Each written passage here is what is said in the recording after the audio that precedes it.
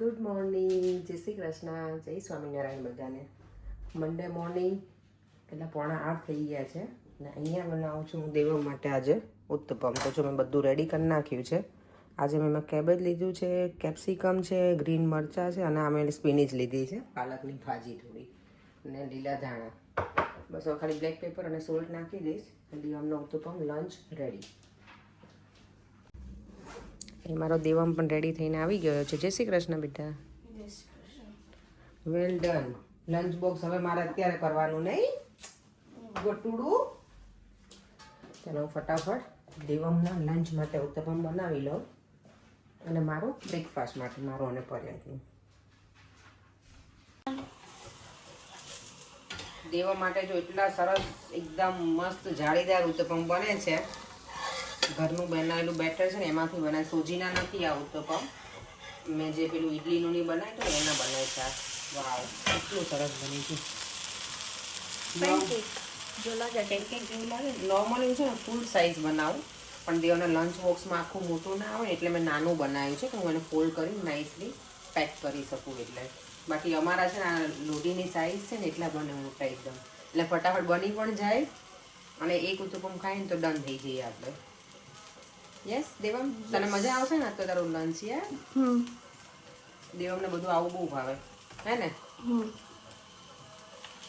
ચાલો હું દેવમને જો સ્કૂલે મૂકવા જાઉં છું અને પછી મારે જવાનું છે આજે મારું લેઝર ટ્રીટમેન્ટ કરાવવા, ત્યાં જવાની છું.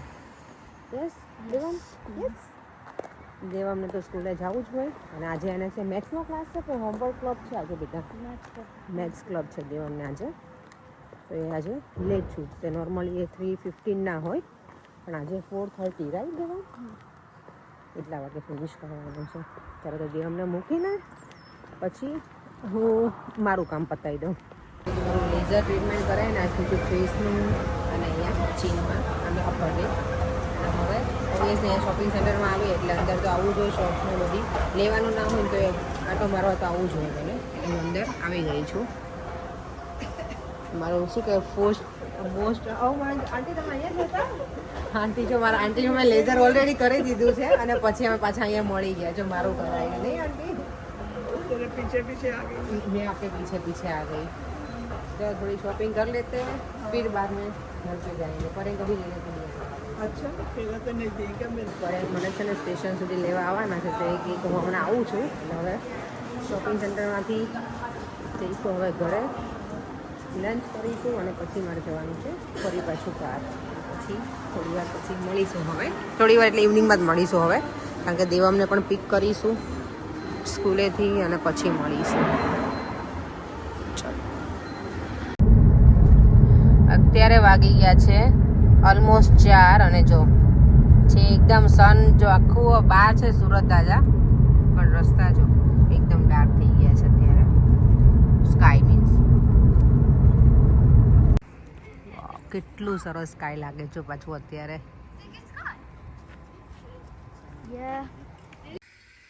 ચાલો તો દેવમને લઈને આવી ગઈ છું સ્કૂલેથી. હવે એને ટ્યુશનમાં પણ મૂકવા જવાનો ટાઈમ છે ને અહીંયા હું બનાવું છું મેથીયા મરચાં ફરીવાર. આ વખતે હું છે ને લાલ કલરના લાવીશ. આપણે ઇન્ડિયામાં હોય, આપણે ઇન્ડિયાના હોય એવા નથી આ એકચ્યુઅલી, આ મોળા હોય. આપણે ઇન્ડિયામાં તો કેવા આમ તીખા ભડાકા જેવા હોય એકદમ, શું કહેવાય ખાઈ ના શકીએ છીએ ક્યાં સુધી. આ મરચાં આઈ ડોન્ટ થિંક સો એટલા તીખા હશે, પણ આ લાંબો ટાઈમ સુધી પછી સારા પણ ના રહે, વીક સુધી રહે પછી ના રખાય, એટલે મેં આટલા જ કર્યા છે. આટલા ઇનફ છે. અને અહીંયા બોળો વઘારીને રહેવા દઈશ. આ વખતે બધો હું મિક્સ નહીં કરું, જો જોશે ને તો જ બધો કરીશ. ત્યાં પછી કાચની બોટલમાં ભરીને રહેવા દઈએ તો જ્યારે તાજા ખાવા હોય ત્યારે ખાલી બોળો જ મિક્સ કરવાનો રહે એવું કરીશ આજે.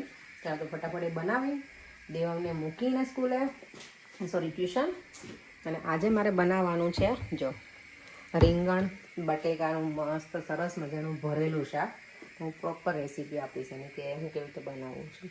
ભરેલા રીંગણ બટેકાનું શાક બનાવવામાં છે ને આમાં લીધું છે આદુ મરચાં, આદુ લસણ, સિંગદાણા અને થોડું ટોપરાનું છીણ લીધું હતું. ધાણા નાખ્યા છે, લીલા ધાણા અને પેલું શું કહેવાય ધાણા જીરું પાવડર, હળદર.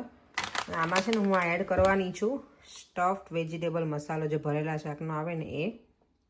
આ હું ઇન્ડિયાથી લઈને આવી હતી તો મેં તો આજે ટ્રાય કરીએ.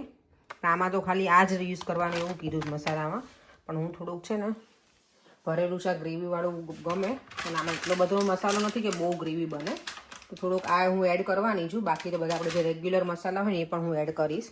આમાં ગરમ મસાલો પણ નાખીશ, લાલ મરચું પાવડર નાખીશ, થોડો ગોળ અને લીંબુ, બસ આટલો મસાલામાં હું નાખીશ. હું છે ને આમાં ચણાનો લોટ શેકીને કેવું નથી નાખતી, કારણ કે એ નાખીએ ને તો કલર છે ને શાકનો જે રહેવો જોઈએ ને રેડ એ ના રહે.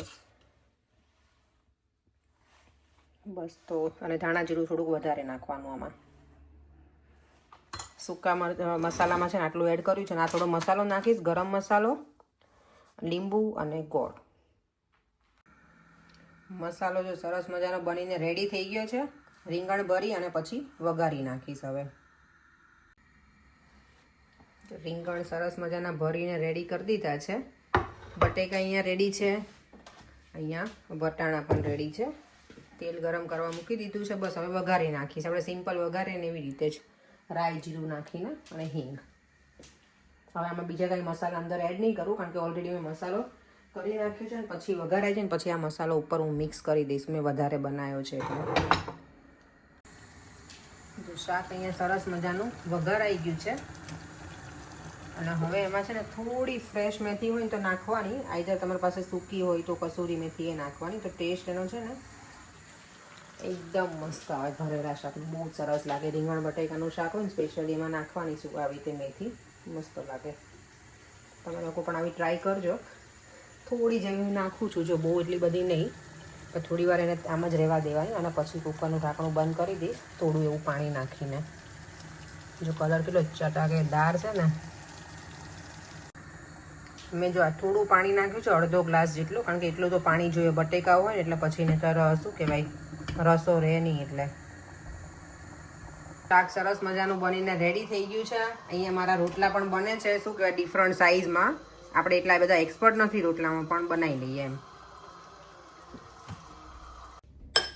ગરમા ગરમ એકદમ શું કહેવાય મસ્ત ટેસ્ટવાળું શાક બન્યું છે એવું મને દેવો મેં કીધું હતું હમણાં. તો મેં તો ચોળીને ખાવાની છું.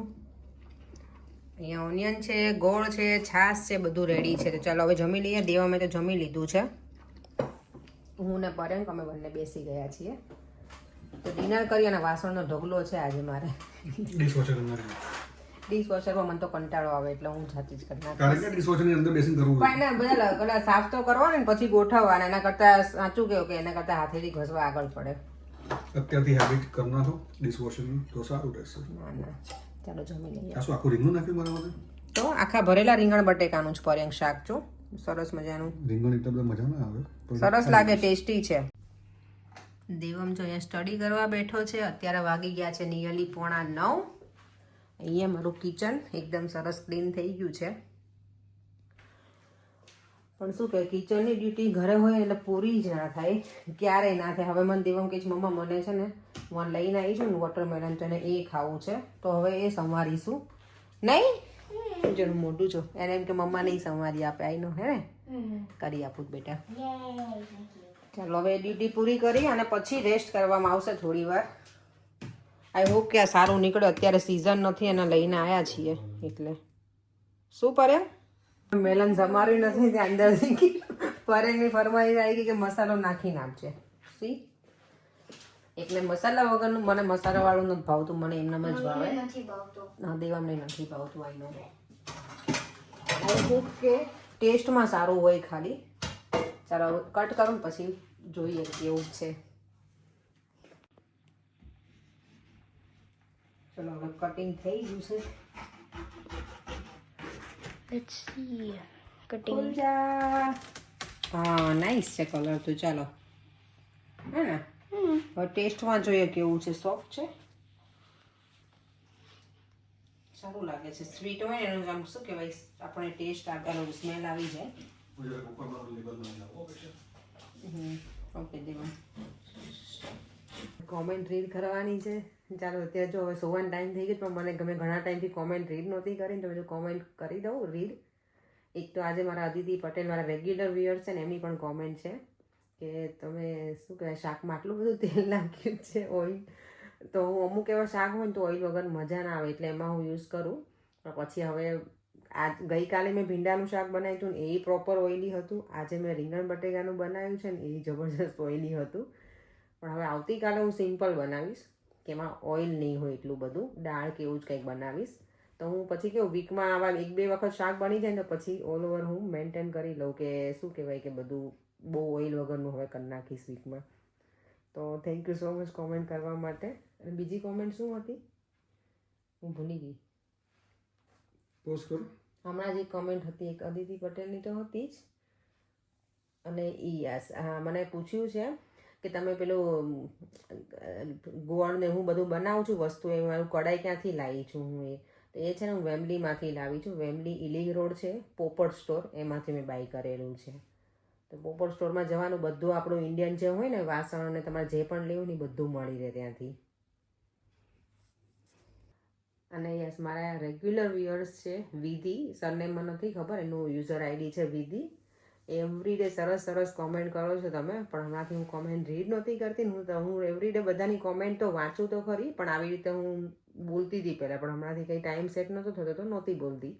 તો એટલી સરસ કોમેન્ટ હોય ને એમની એવરી ટાઈમ કે નાઇસ બ્લોગ છે, મને બહુ મજા આવે છે. તો થેન્ક યુ સો મચ તમને. આમને આમ સપોર્ટ કરતા રહેજો, વિડીયોને શેર પણ કરતા રહેજો તમારા ફ્રેન્ડ્સ ફેમિલીમાં. અને ચાલો હવે અત્યારે 9:45 વાગી ગયા છે, તો સોવાનો ટાઈમ પણ થઈ ગયો છે. તો ફરીથી મળીશું કાલે નવા વિડીયો સાથે. બાય બાય, જય શ્રી કૃષ્ણ, જય સ્વામિનારાયણ.